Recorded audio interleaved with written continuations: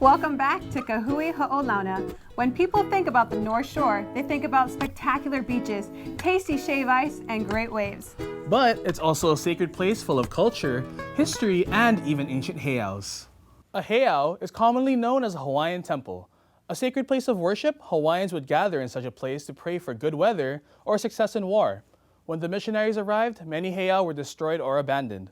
However, today, many of the heiau that survived are being restored and preserved as historical sites. The day begins with an oli, a blessing that seeks to enter sacred ground.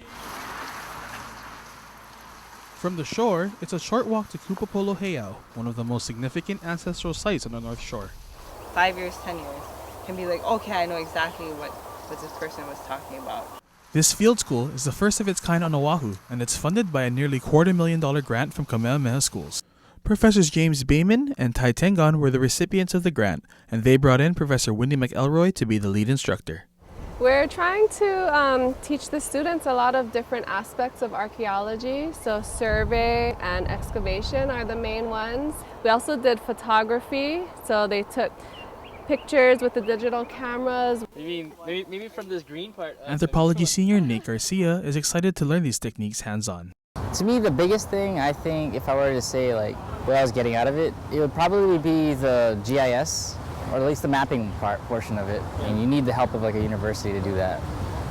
But it's not just students that come to Kupopolo. Every week, community volunteers also come to help maintain, beautify the heiau, and learn some archaeological techniques along the way.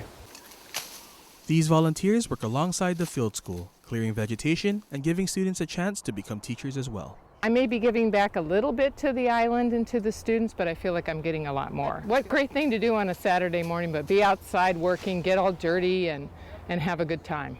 We're gonna start wrapping up soon. After a long day of learning and restoration, there's still much to be done.